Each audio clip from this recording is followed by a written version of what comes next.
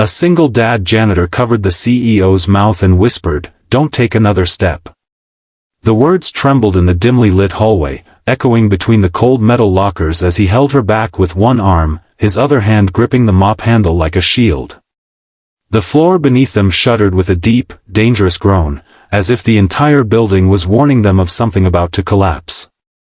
In that split second, his breath hitched, his heart pounded, and the shadows swallowed the corridor whole. The CEO froze, her heels inches from the tile that was moments away from caving in, and he prayed silently that he hadn't been too late. If this intense beginning pulled you in, then please like, comment, share, and subscribe to KH Stories if you believe in kindness, humanity, and the power of second chances. He hadn't always been a janitor, nor had he imagined his life would ever twist into such quiet desperation. But life has a way of stripping even the strongest down to their bones. His name was Adeel, a 32-year-old single father who once dreamed of becoming an engineer. Those dreams dissolved the day his wife passed during childbirth, leaving him with a newborn daughter and debts large enough to suffocate a lifetime. To keep little Hania fed and warm, Adeel swallowed his pride and took whatever job could pay him quickly. The world didn't care that he once topped his classes, it only cared about how fast he could mop a floor, clean a spill, carry a box, following orders with a bowed head and tired eyes. Every morning, before the sun peeked over the city skyline, he wrapped Hania in his jacket, dropped her at the neighbor's, and rode an old bicycle to the company building where he worked, the same building where people in suits barely noticed his existence. His days were defined by the smell of bleach, the squeak of rubber gloves, and supervisors who believed shouting was the only language worth speaking to janitors. Still, Adeel never complained. He had seen worse. He had survived worse. If cleaning floors ensured Hania's future, then every bitter moment was worth it. She was the reason he inhaled, exhaled, and pushed forward.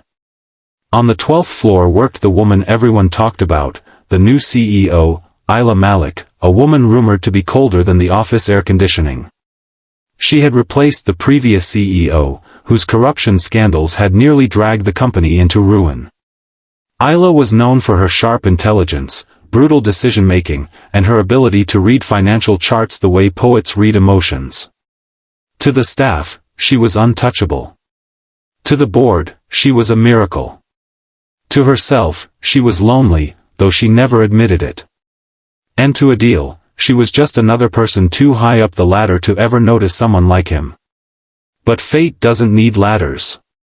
It needs moments, small, powerful moments that change everything. That night, a violent storm had swept across the city, hammering against the skyscrapers with fierce winds. Adeel stayed behind after his shift to finish cleaning the upper floor restrooms. The building was nearly empty, only the faint hum of lights remained. As he mopped the hallway, he heard footsteps, a quick, hurried click of heels. He looked up to see Ayla walking toward the elevator, her phone pressed to her ear, her expression tight. Adeel quickly stepped aside, lowering his gaze as he always did around higher-ups. But then the lights flickered. The building trembled. And a loud crack snapped through the hallway like breaking bones.